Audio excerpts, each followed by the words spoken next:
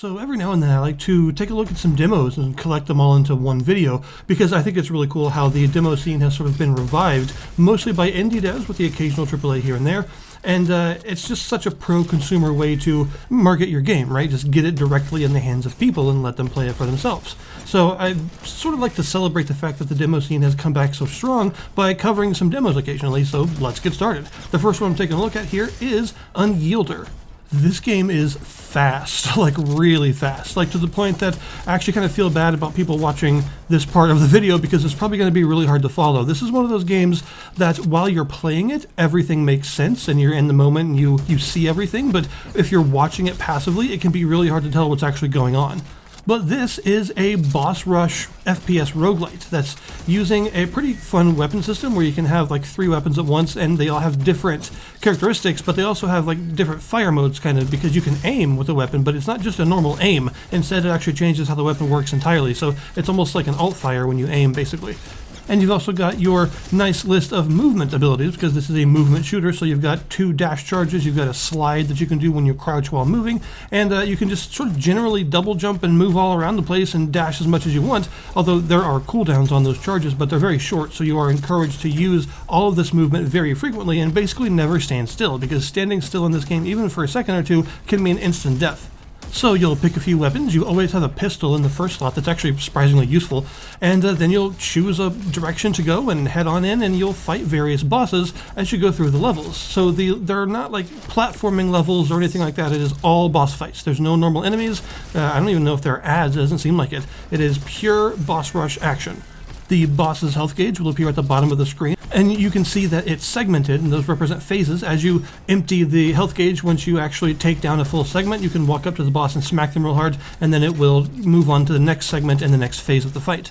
And then eventually, when you're done with that one, a second boss will spawn in after a short time to collect some stuff and, take the loot that the first boss dropped and all that. And then once you're done with that, the even more loot will drop, including a weapon sometimes, and then you can go on to the next area and do it all over again.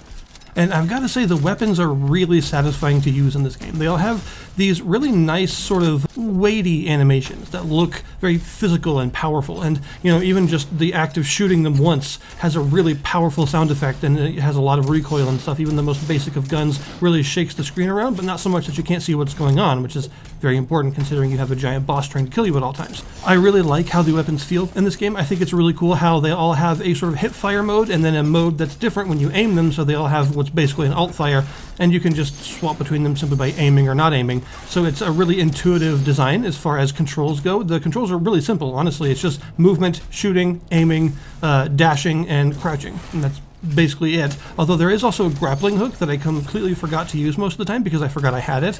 But it is really fun if you actually get good at using it. You can use it to hook on to the boss and then move your view around to determine where you actually swing, and you can swing all around this way. This allows you to either get up close to the boss for some sort of big hit, or to swing around them and get actually far away from them from behind or something like that in order to avoid a big frontal attack. So you are extremely mobile in this game, and you are meant to use every facet of your mobility as often as possible. Because like I said, standing still at all is a huge mistake, and you have a sort of Devil May Cry style combo meter that's a letter grade based on what you're doing, and it goes down really fast. Like it depletes super fast. You have to be constantly moving, constantly firing, constantly repositioning yourself for the next time you want to fire, and just avoiding all the boss's attacks. And the boss design itself seems to be pretty good because they all have a good number of different attacks to learn. That's very important in a boss rush game, in my opinion. You want the complexity of the bosses to be quite high. You want them to have lots of moves to learn, lots of phases to learn, or else it's just going to feel kind of empty, If it's all bosses, then those bosses have to be killer. And I feel personally that they actually are. The few bosses that are in the demo are really fun to fight, and they all have completely different ways of actually fighting them, aside from the obvious dash around and don't get hit part, because they all have very different attacking styles and very different weapons and stuff that make them a very unique threat. The one that got me in my best run was this crazy floating mech thing that fires out about 8 trillion homing missiles at you all the time, and it's really satisfying to dash around and avoid them all. But if you don't avoid them all, then they will deplete your health really, really fast. So that's another thing to say about this game. Not only is it very fast, it's also very hard. As you would probably expect for a movement shooter focused boss rush game, it is highly challenging, and pretty much all of that challenge is down to execution, right? There's no RNG here or anything. It's all, did you avoid the move correctly? Did you position yourself correctly? Did you use the fire modes of the weapon correctly? All that stuff. It's just pure execution in terms of how difficult the game is. And that means once you learn what you're doing and you learn how each of the weapons work and you learn all the boss's attacks and stuff, you can satisfyingly take them down pretty quickly. There are also some roguelite style upgrades that you can find you could increase your fire rate or decrease your recoil or increase your maximum health and all those sorts of incremental upgrades. I'm hoping to see some more interesting ones, some more unique ones in the full game, but as it stands right now, they are useful upgrades that you can you'll need them in terms of how difficult the bosses can get. They are very useful to have. So overall, I really liked Unyielder. I thought it was a fantastic movement shooter. It's so fast, it's almost blinding at times, but it is really fun to play, and the overall feedback and stuff from the weaponry is all really unique and satisfying. I particularly enjoyed the big semi-auto rifle thing that you have to reload each bullet individually, but it's super strong. So I'll definitely be interested to see where this one goes. Now, the second game I took a look at was Cairn, and Cairn is a climbing game, as in it is basically a rock climbing simulator, although honestly I would call it a rock climbing survival game because it does have some sort of survivalist mechanics. But this game focuses mainly on the climbing aspect, and to that end, it's a really cool simulation of climbing, well, rock climbing in general, just any sort of sheer faces and stuff. It's very detailed and very fun to play, but it makes my hands sweat really bad while I'm playing it. But yeah, it is extremely satisfying to find your way through, and the map is also really pretty. The map there, the part of the map in the demo at least, is quite beautiful to look at, and the overall art style of the game is just really nice in general. It looks super good. It's got a very stylized filter-esque appearance, but it's also highly detailed underneath it, so it's not like flat shaded or anything. It looks good. And the way the climbing works is actually pretty elegant for how complex it can get, because the controls are very simple. This is a good thing. This means that you're not fighting the controls to do what you want, and instead you're just trying to figure out how to actually do it correctly. And in this case, the way that it works is you just press the X button to grab onto something, and then once you do that, it will switch to another one of your 4 limbs. You will move it around with the left stick, and then press the X button again to place it wherever it is you're hovering it, and then you'll move on to the next limb, and you'll just keep doing this limb by limb to climb piece by piece up a rock face. Ideally, you need to be paying a lot of attention to the texture of the rocks. So you want ledges and little bends and all sorts of stuff like that you can shove your foot into or grab as a handhold. You want more than just smooth rock faces. This is not Breath of the Wild. You do have to actually pay a lot of attention to where and how you're climbing. You can place your feet on smooth rock faces with no ledges or anything, but you can slip very easily if you do this. And you can also place your hands on those, but you will start to strain yourself the more you actually do this, and you can't do it for very long. Basically, you might have, say, 1 limb on a smooth surface while the other 3 are firmly planted on an actual ledge or something, and in that case you'll be fine. But if you start to have multiple limbs on these smooth faces, then you'll start to shake as your stamina drains out and you can't hold on any longer, and eventually you'll fall. You also, of course, have some extra tools to help you with rock climbing, like, for instance, you've got chalk. That's a pretty obvious one. You put chalk on your hands, give yourself more grip. That's a nice feature, but there's also these cool anchor things. They're like self-tapping, so you can just press the up button whenever you're climbing, and you'll stop where you are and slam one of these into the rock face and then thread your rope through it. So this basically acts as a checkpoint that you can place wherever you want, but you have a limited number of these that you can use per climb. They act as a nice place for you to chill for a second and regain your stamina a little bit, and also you can use them as points to rappel downwards so that you can get down much faster than it took you to get up. And then once you make it to the top and actually climb over whatever it is you were climbing up on to solid ground again, you can press the Y button to send your Climbot, which is an adorable little robot that follows you around, and he will retrieve all of those anchors that you put and give them back to you so you can use them again. However, there is a little mini-game that you play whenever you place one of these anchors where you have to stop the reticle as it moves through the bar at the right spot. If you completely miss it, then you just won't put the anchor in right. If you get it perfect, then the anchor will go in and you can reuse it later. But if you get it on the edges, like where it's almost perfect but not quite, then you'll break the anchor. So it will work once, but when you retrieve it, you'll only get broken pieces. Also, once you're on solid ground, you'll find these save points that you can use to save your progress, and if you ever die, then you'll restart the last one of these you use. But you can also use these as basically base camps to set up a tent. And in the tent, you can look at your very satisfyingly realistic backpack, which is like a full backpack that actually has physics applied to it, and all of the individual things are sort of tossed down into it, and you can move them around and stuff. It's a cool little feature, and it adds to the atmosphere, I think, of the game being this very manual climbing experience where almost nothing is conveniently done for you, and everything is something that you have to figure out how to do yourself.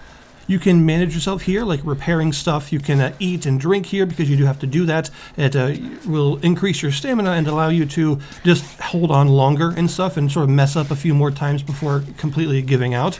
So you want to keep yourself well fed and hydrated to make sure that you're at your physical best.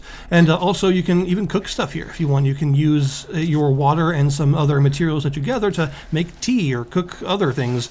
It's just a really cozy little camp, and I like that they added it because, I mean, that's a realistic part of the climbing experience, right? You need tents, you need base camps, you need places to rest. But the fact that it's such a cozy experience, and then you go and strike back out into the wild and find your own way up a sheer cliff face, it's just a really fun game, and I think that I'm definitely excited to see where it goes in the full version, because I want to know what kinds of challenges you're going to face. I want to know if stuff like weather is ever going to play a part, or like extreme temperatures, or what other sorts of gadgets you might get to use to help yourself along. Maybe you can make zip lines later or something, I don't know. I think it's just really cool, and the possibilities are there for all sorts of interesting things to be happening, so I definitely am excited to see what the full game brings, because as of right now, the demo has definitely made me a complete fan. And yeah, I'm super excited to see what's actually featured in the full game. It's just such an unusual formula. You don't really see games like this. I mean, there's Jusson, I think it's called, which is also French, and another game that's kind of like this. I haven't played it. It looks interesting, though. I would like to play it at some point. But aside from these two games, I think that's basically it for this genre. So it's definitely cool to see it expanding and, you know, finding new mechanics and new ways to represent things in realistic and satisfying ways. It's a super cool game. So I'm interested to see the full version. And the last game I took a look at was Dynasty Warriors Origins. Now, I'll admit I'm a big fan of the Warriors games, especially Samurai Warriors and Warriors Orochi. I find them really fun. You can sort of use a smaller bit of your brain in these games, but you still have to use it some, and they're really satisfying to cut through hordes of enemies with. It's just a really fun time, and there's loads of characters to play, and they're all different, and it's just great stuff. But unfortunately, the last Dynasty Warriors, which would be the 9th game, was very poorly received, we'll say, because it was just not good. It had a lot of problems. Basically, Dynasty Warriors 9 felt like a series out of ideas, floundering and not sure where it wanted to go, kind of at a terminal point.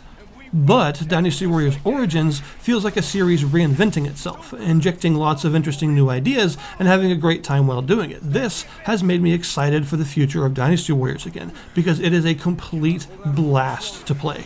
I had such a good time playing this demo that I actually played it through several times with different weapons and stuff, and just had a really good time. It is awesome, and it is interesting in the way that it still feels like Dynasty Warriors, but at the same time it feels like almost everything is different and shinier and less janky than it was before. Basically what they've done is taken the 3D brawler that was Dynasty Warriors and turned it into a full-on action RPG.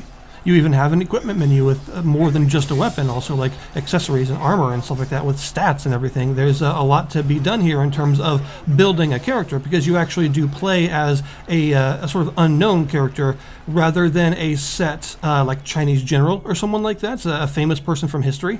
You can still play as those people as well. I mean, it's got to be Dynasty Warriors, right? But you do have an actual created character at the same time, which is very unusual for the series. One thing I was actually really excited to see was that a lot of the Warriors games are excellent to play on Steam Deck. It's like perfect for that platform, and this game actually has a Steam Deck specific preset in its options menu, which is super cool. So the classic Dynasty Warriors gameplay is here, but it's got more depth than it's ever had. You've got these standard light attacks and heavy attacks that you can chain in different orders to do all sorts of different crazy combos. And one thing that's new is that in the pause menu you have an actual physical description of all of the attacks. That has never been done before in the series. Usually you just get the symbols, you know, X or Y that you press, and that's all you get, just to show you how many attacks a character has. But in this game they've actually described all of them individually. But now you've also got these arts that you can take with you. There are 4 slots. You have more than 4, but you can choose 4. And these are extra skills that can be used in battle, extra attacks and things. And they're really fun to use. They're super satisfying because they're really flashy and stuff, but they also just feel good and weighty to use. The way that they cleave through like huge crowds of enemies and stuff is just extra fun. That's classic Dynasty Warriors, but it's done even better here than it possibly has ever been done before, I think. You have a new resource above your health gauge that's used for these skills, and this allows you to save up and use them as much as you want, basically, as long as you've got the resources for it. And you've also got the classic Muso meter, your sort of big super mode. It's used on a big, heavy attack that usually cleaves through huge crowds of enemies, but if you wait for the whole gauge to fill up instead of just the segment you need to do the attack, you can go into this sort of godlike awakening mode where you become faster, stronger, your attacks have drastically increased range, so you can go through massive crowds more easily, and you can also use all those 4 skills without using their specific resource. Instead, it just takes from the meter, so you can basically spam them. And once the meter runs out, or you press the same button again that you used to get into it, then you will do a true Muso attack, which have always in the history of the series been, big, flashy attacks, really big finishers, but they are more crazy than they've ever been. And if you don't believe me, here's one of them. We should mobilize a rear guard.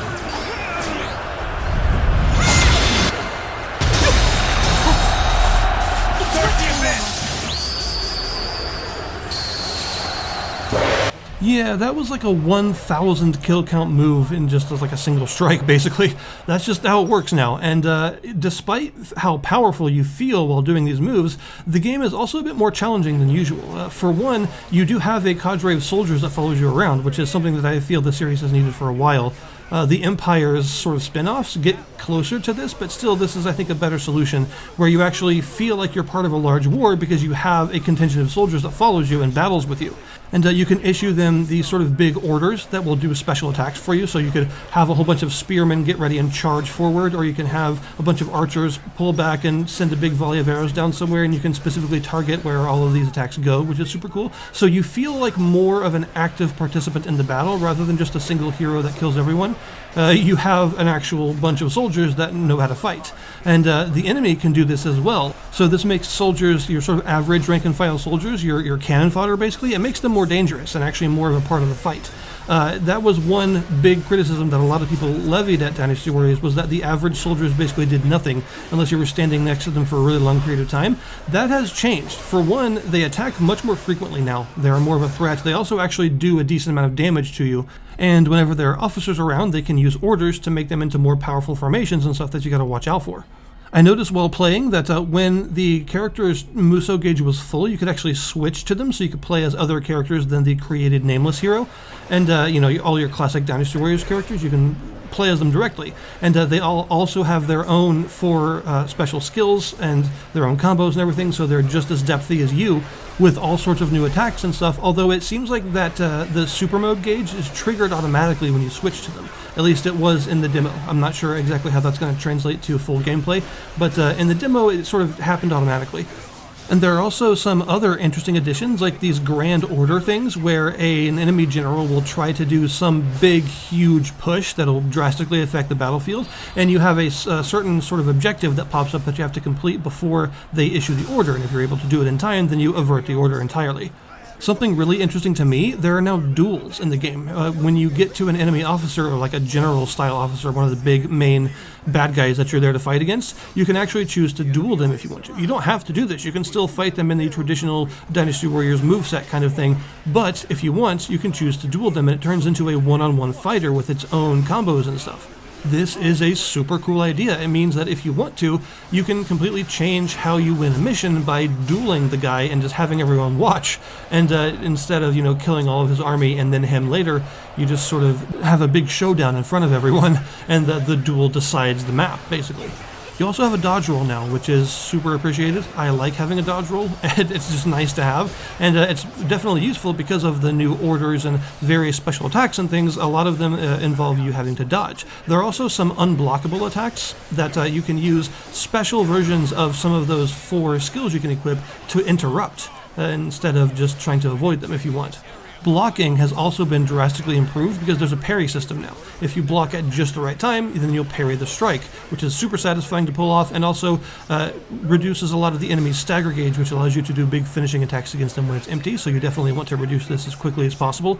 This is one thing that those those 4 arts you choose are actually really good at. They're good at reducing the stagger gauge as well as just dealing damage in general.